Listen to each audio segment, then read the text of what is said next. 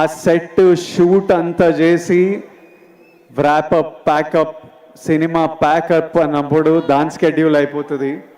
మళ్ళీ editing table మీద వెళ్ళినప్పుడు మళ్ళీ ఒక బర్త్, ఎందుకంటే ఎంతో ఫుటేజ్ తీసింటాం, ఎన్నో యాంగిల్స్, ఇవన్నీ కలిసి ఒక కొత్త ప్రోడక్ట్ వస్తుంది బయటికి.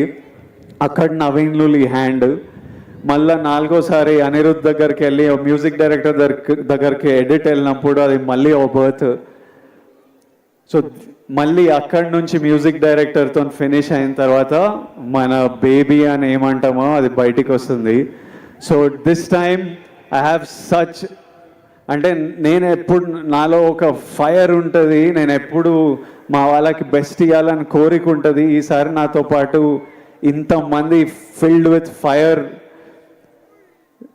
మనుషులు దొరికినరు. So I'm sure the product is amazing. ఆ తర్వాత ఇది నాగవంశీస్ Kingdom. He has the most risk on the line. All the money is his and he's always supported us and given us whatever we want and is working towards getting the best product out to you. ఆ తర్వాత మా actors,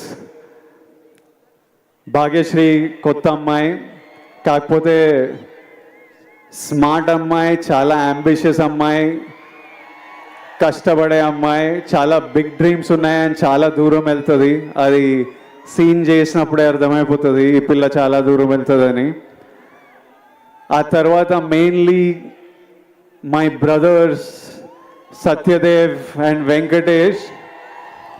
అసలు వీళ్ళిద్దరూ ఎంత మంచి actors అంటే, సత్యదేవ్ మాకు